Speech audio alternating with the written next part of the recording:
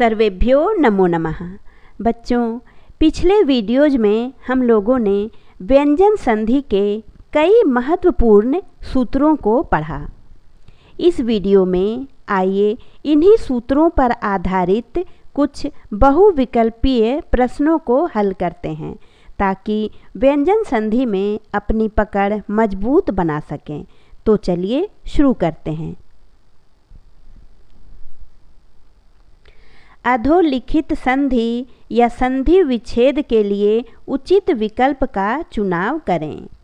यहाँ पर बच्चों संधि विच्छेद दिया गया है। आपको इसकी संधि करनी है, जिसके लिए यहाँ पर 3 विकल्प दिए गए हैं। इनमें से सही विकल्प का चुनाव करना है। सबसे पहले है सम धन योगः। विकल्प है समयोगः, संयोगः, समयोगः। इसका सही विकल्प होगा संयोगः। यहाँ पर बच्चों प्रश्न उठता है कि अगर ख वाला विकल्प सही है तो क और ग वाला गलत क्यों है, कैसे है? तो चलिए इसे भी हम लोग समझ लेते हैं। यहाँ पर आप ध्यान दें, पहले लिखा हुआ है सम धन योगः और क वाले विकल्प में लिखा हुआ है समयोगः। यहाँ पर अगर आप ध्यान से देखेंगे तो आपको पता चलेगा कि यहाँ वर्णों को केवल जोड़ा गया है, जबकि बच्चों हम लोग अच्छी तरह से जानते हैं कि संधि में वर्णों को केवल जोड़ा नहीं जाता है, बल्कि संधि में 2 वर्णों के मेल से विकार उत्पन्न होता है, परिवर्तन होता है। जहाँ केवल वर्णों को जोड़ा जाता है वहाँ संधि नहीं होती है, वहाँ फिर वर्ण संयोजन होता है। इसलिए क वाला विकल्प उचित नहीं है। उसके बाद आ जाता है ग, कि ग वाला विकल्प गलत क्यों है। तो यहाँ लिखा हुआ है समयोगः। माँ यहाँ पर पूरा है, जबकि यहाँ पर माँ में हलंत है और उसके बाद आ नहीं है, तो पूरा माँ बनने की यहाँ पर कोई संभावना नहीं है, पहली बात। और दूसरी बात कि समयोगः, इस पद का कोई अर्थ भी नहीं है, यह सार्थक पद नहीं है। इसलिए ग वाला विकल्प भी उचित नहीं होगा, क्योंकि हम लोग जानते हैं कि जब भी संधि होती है तो उससे कोई सार्थक पद का ही निर्माण होता है। अब यहाँ पर देखिए कि संयोगः उचित है, तो कैसे? तो हम सभी जानते हैं कि संधि के नियम के अनुसार अगर माँ हलंत के बाद कोई अंतस्थ वर्ण आता है तो माँ हलंत का अनुस्वार हो जाता है। उसके अनुसार संयोगः यहाँ पर पूरी तरह से उचित और संधि के नियम के अनुकूल है। फिर है अहम जोड़ कारः। विकल्प है अहंकारः, अहमकारः, अहंकारः। इसका सही विकल्प होगा अहंकारः, यानी कि क। अब हमें देखना है कि ख और ग वाला विकल्प गलत कैसे है। तो ख में आप देखिए अहमकारः, यहाँ पर माँ पूरा है, जबकि यहाँ पर माँ में हलंत लगा हुआ है, इसलिए यह अनुचित होगा और यह कोई सार्थक पद भी नहीं है। ग में है अहंकारः। यहाँ पर आप ध्यान देंगे तो पाएंगे कि यहाँ वर्णों को केवल जोड़ा गया है, और जहाँ पर वर्णों को केवल जोड़ा जाता है वहाँ पर संधि नहीं होती है, बल्कि वहाँ पर वर्ण संयोजन होता है। इसलिए ग वाला विकल्प भी उचित नहीं है।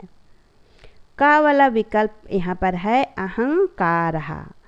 हम लोग जानते हैं कि माँ हलंत के बाद अगर स्पर्श वर्ण का कोई वर्ण आए, स्पर्श वर्ण यानी कि क से लेकर माँ तक, तो माँ हलंत का अनुस्वार हो जाता है।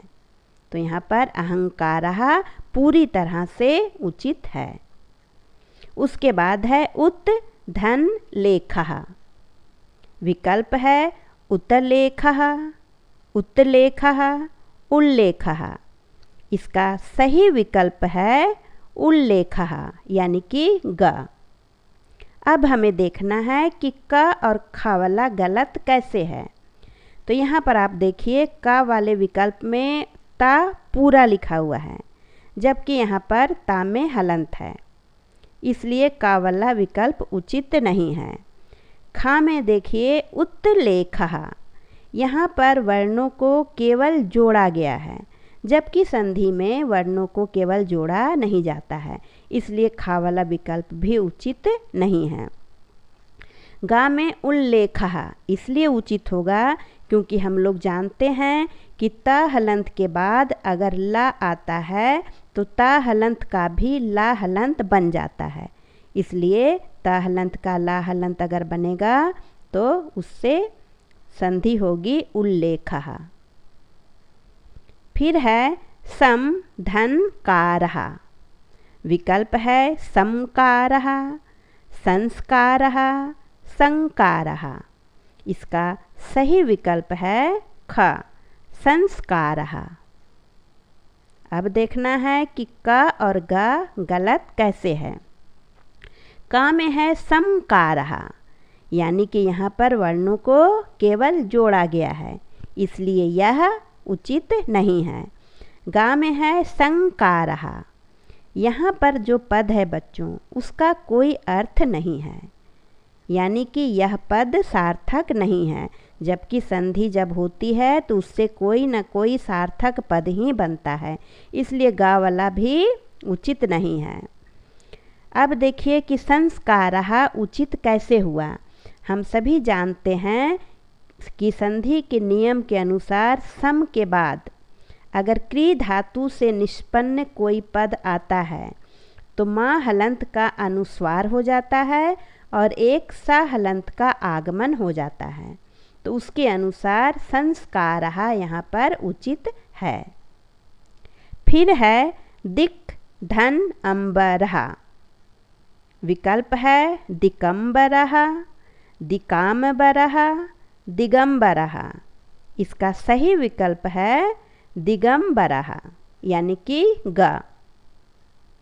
अब देखिए कि क और ख वाला गलत कैसे है।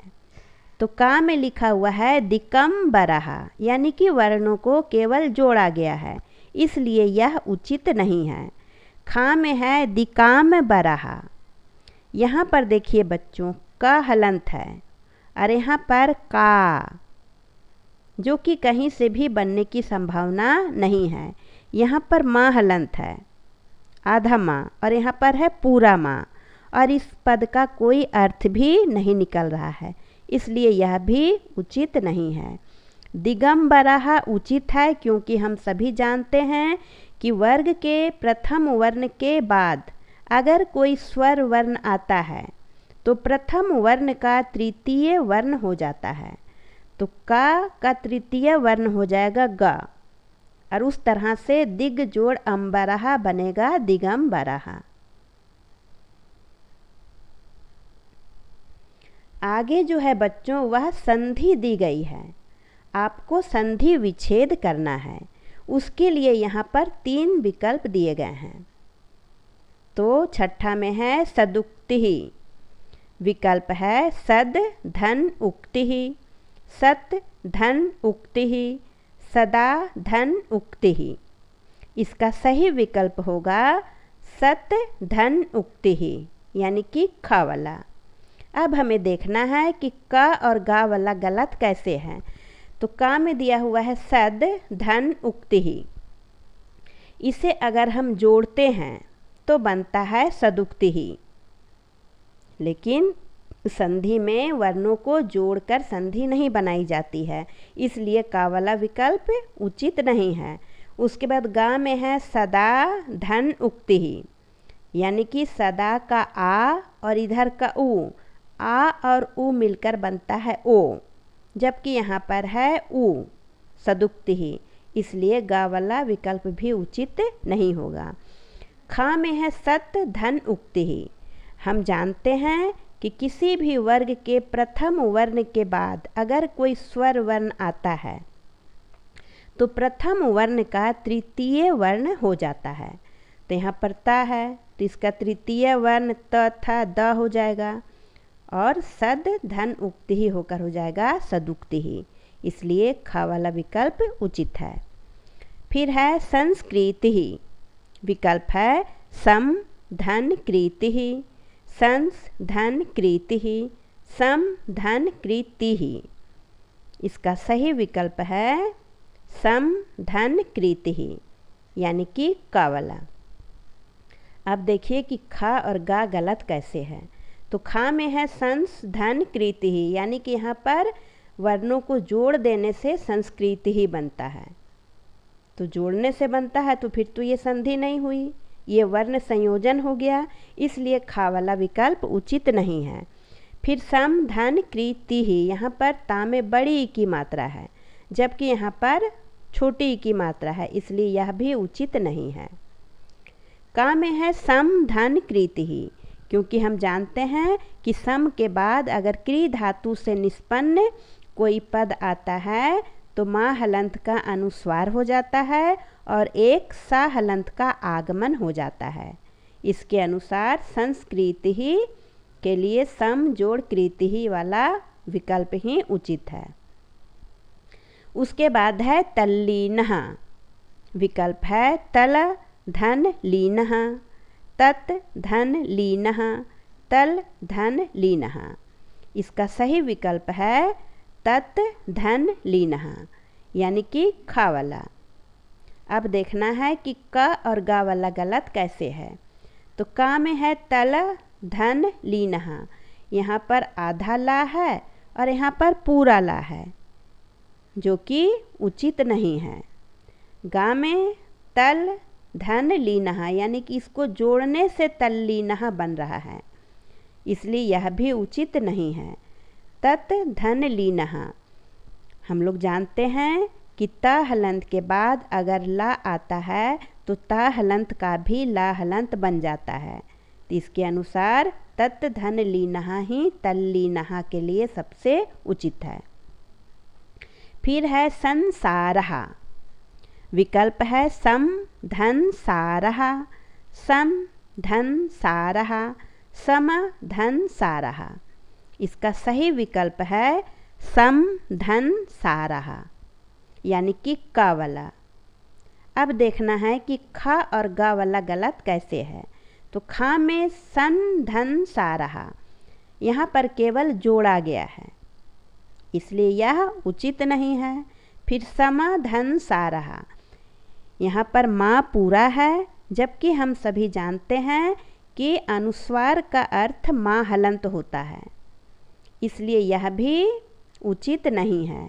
इसका सबसे उचित विकल्प है सम धन सारः, क्योंकि हम जानते हैं कि माँ हलंत के बाद अगर कोई ऊष्म वर्ण आता है तो माँ हलंत का अनुस्वार हो जाता है, इसलिए यहाँ पर सम धन सारः ही संसारः के लिए सबसे उचित विकल्प होगा। उसके बाद अंत में है अजंतः, विकल्प है अज धन अंतः, अच धन अंता, अच धन अंतः। इसका सही विकल्प है अच धन अंतः, यानी कि ग वाला। अब देखना है कि क और ख वाला गलत कैसे है। तो पहला क में देखिए अज धन अंतः, यहाँ पर केवल जोड़ने से अजंतः बन रहा है, इसलिए क वाला विकल्प उचित नहीं है। ख में देखिए अच धन अंता, जबकि यहाँ पर है अंतः, इसलिए यह विकल्प भी उचित नहीं है। यहाँ पर है ग में है अच धन अंतः। तो हम लोग जानते हैं कि किसी भी वर्ग के प्रथम वर्ण के बाद अगर कोई स्वर वर्ण आता है तो प्रथम वर्ण के स्थान पर तृतीय वर्ण हो जाता है। तो इसलिए यहाँ पर च हलंत के स्थान पर च छ ज, यहाँ हो जाएगा ज हलंत और जोड़कर बनेगा अजंतः। तो यहाँ पर बच्चों आशा है आपको समझ में आया होगा कि दिए गए विकल्पों में से सबसे सही विकल्प का चुनाव हम कैसे कर सकते हैं। अगर बच्चों आपको संधि सूत्र याद नहीं भी है फिर भी आप सही विकल्प का चुनाव कर सकते हैं। सबसे पहले तो आप वैसे विकल्प को छांट दें जिसका कोई अर्थ ही नहीं है, यानी कि जो निरर्थक पद हैं उसे आप हटा दें। दूसरी बात कि जिस पद में केवल वर्णों को जोड़ दिया गया है उसे भी आप हटा दें, क्योंकि संधि में वर्णों को केवल जोड़ा नहीं जाता है। उसके बाद जो पद है उस पर आप ध्यान दें कि वह सार्थक है या नहीं और संधि के नियमों के अनुकूल है या नहीं। इस तरह से आप सही विकल्प का चुनाव आसानी से कर सकते हैं और परीक्षा में अच्छे अंक प्राप्त कर सकते हैं। तो आशा है बच्चों आपको समझ में आया होगा। अब आप इसका अभ्यास करें। धन्यवाद।